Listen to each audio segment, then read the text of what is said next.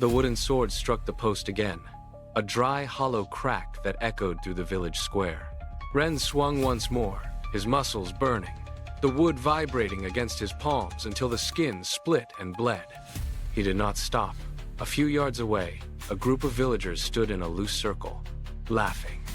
One flicked a finger, and a miniature gale swirled around his palm, lifting heavy crates without effort. Another whispered a chant, and flames bloomed like flowers from her fingertips, lighting the evening lanterns. They moved with grace, powered by the unseen currents of the world.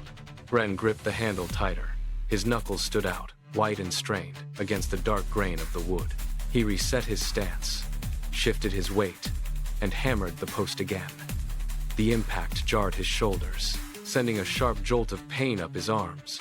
The elders passed by, their gazes sliding over him as if he were a stone in the road.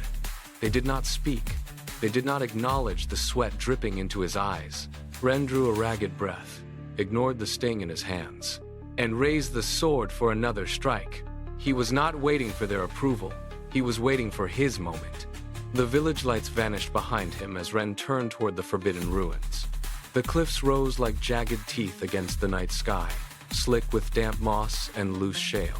He dug his fingers into the narrow crevices, pulling his weight upward. Every reach sent rocks clattering into the abyss below. Halfway up, a deep, resonant rumble vibrated through the stone, shaking his grip. He pressed his chest against the cliff face, waiting for the tremor to pass. Below, the earth groaned, a low-frequency sound that rattled his teeth. He climbed faster, ignoring the burning in his forearms and the sharp bite of the wind. Reaching the plateau, he saw it. A black stone pedestal standing at the epicenter of the shifting ground. A golden crown sat embedded in the rock. It was not still. Symbols etched into the metal pulsed with a rhythmic, hypnotic light, casting long shadows across the ruins. Ren approached, his boots crunching on the cracked foundation. The air around the pedestal felt heavy, vibrating with a static charge that made his hair stand on end.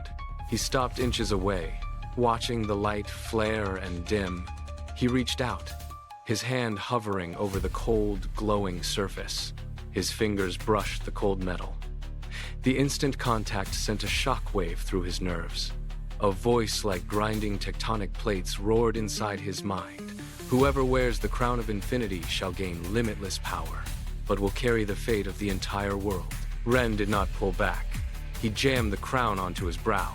The metal sank into his skin as if the rock itself had liquefied. A pillar of white light erupted, tearing through the clouds and blinding the night. Ren arched his back, his muscles locking as the energy flooded his veins.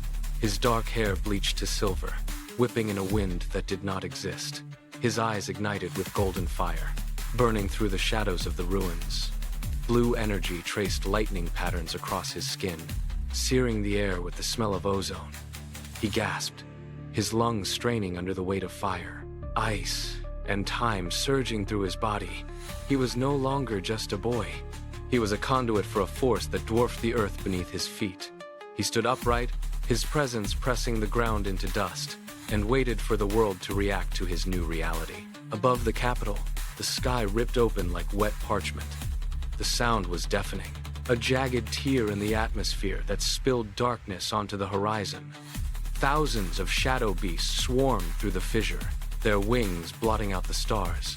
They dove with synchronized precision, their claws shredding the massive stone city walls as if they were dry leaves. Dust and pulverized masonry rained down on the streets below.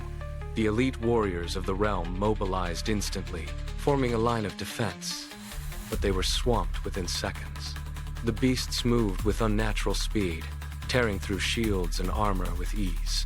Screams echoed off the buildings, cut short by the crushing weight of the onslaught. Towers collapsed, their foundations buckling under the sheer volume of the descending horde. Fire erupted from the wreckage, casting long, frantic shadows across the plaza. The city guard retreated, then vanished under a wave of black forms. Within minutes, the perimeter was gone, and the streets belonged to the shadow beasts. The capital was falling, and there was nothing left to stop the tide from consuming the rest of the world. Ren stepped onto the battlefield. The ground groaned under his weight, leaving glowing footprints in the scorched earth. High above, The shadow beasts converged, but Ren ignored them. He raised his hand toward the sky, where a massive, mountain-sized meteor plummeted toward the city center. With a sharp flick of his wrist, he arrested the descent. The air shrieked as the rock halted mid-air, caught in an invisible vice. Ren clenched his fist. The meteor fractured, then dissolved into harmless stardust that drifted down like snow. Silence rippled across the ruins. Suddenly, the sky darkened further. The demon emperor descended, his 6 wings blocking out the remaining light. His form, wreathed in thick, pulsating black flames, touched down with enough force to crater the bedrock. He towered over the debris, his shadow stretching across the entire plaza. He looked down at Ren, his eyes narrow slits of malice. "Another child thinks he can challenge me?" The emperor hissed, the sound vibrating through the very stones of the city. Ren walked forward, his presence forcing the ground to crack and splinter under his feet. He met the emperor's gaze, his own eyes burning with golden light, and stopped just a few paces from the black fire. Ren did not hesitate. "No, I am here to end this war." He surged forward, his speed leaving a trail of shimmering light. The demon emperor lunged, his black wings lashing out like whips of obsidian. They collided in the center of the ruins. The impact sent a shockwave that flattened the surrounding forest, snapping century-old trees like matchsticks. The ground beneath them liquefied, churning into a crater of molten stone. Ren drove his palm into the emperor's chest, forcing him back through the remains of the city walls. The emperor retaliated with a blast of dark energy that boiled the nearby coastal waters, turning the bay into a churning basin of steam. The sky above them groaned. Lightning, black and gold, arced between their forms, striking the ground with deafening cracks. With every strike, the atmosphere grew thin and brittle. Jagged, dark tears appeared in the sky, resembling broken glass. As reality struggled to contain the raw energy of their duel, the horizon tilted, mountains trembled, shedding boulders into the abyss of the fractures. They fought with a violence that ignored the laws of physics, turning the battlefield into a graveyard of shattered space and boiling earth. The demon emperor shrieked. His body began to swell, black flames erupting from his core until he expanded into a colossal, void-like entity. He opened his maw wide, pulling the light of the sun into his infinite darkness. In an instant, the world vanished. The sky turned pitch black, stripping away the horizon, the ruins, and the battlefield. Ren stood in the absolute silence of the void, his own golden light flickering against the encroaching shadow. He felt the pressure of the Emperor's mass pushing against his very skin. Ren closed his eyes. He stopped fighting the Emperor and reached instead into the empty space between heartbeats. His fingers brushed against the invisible, humming threads of the universe. He grabbed the fabric of time and pulled. A sharp, crystalline sound echoed across the void. The black flames froze in place. The falling debris halted mid-air. The entire world drained of color, turning into a monochromatic landscape of gray and shadow. Nothing moved. The Emperor hung suspended like a statue carved from smoke. Ren opened his eyes, the golden fire within them steady and cold, as he began to manifest a blade of pure, concentrated cosmic light. The blade materialized in Ren's grip, a long, razor-thin sliver of white radiance that hummed with a sound like 1,000 vibrating tuning forks. It cut through the gray, frozen air, leaving trails of stardust in its wake. Ren adjusted his stance, planting his feet firmly on the motionless ground. He rotated his wrists, drawing the blade in a wide, sweeping arc that gathered the surrounding static energy into a single, blinding point of intensity. Final technique, Infinity Blade. His voice carried no tremor, only the weight of the command. He swung. A golden crescent of absolute light tore across the void, moving faster than the eye could follow. It struck the frozen, smoke-like form of the Demon Emperor at the chest. The blade did not simply cut, it erased. Where the light touched, the black mass shattered into millions of glowing, weightless fragments. These shards drifted outward like embers in a gale. The Shadow Army, still caught in the frozen flow of time, disintegrated into fine ash. The suffocating darkness evaporated, The golden arc sliced through the canopy of the void, carving a path back to the heavens. Above, the sky shattered like a heavy, opaque lens, revealing the familiar blue of the atmosphere beyond. The brilliant golden arc dissipated into the atmosphere. The heavy pressure that had held the air in a vice-like grip vanished. High above, the clouds swirled and knit themselves back together, sealing the breach. On the ground, the crown upon Ren's brow began to vibrate. The rhythmic light pulsing through the gold flickered, turned dull, and then cracked.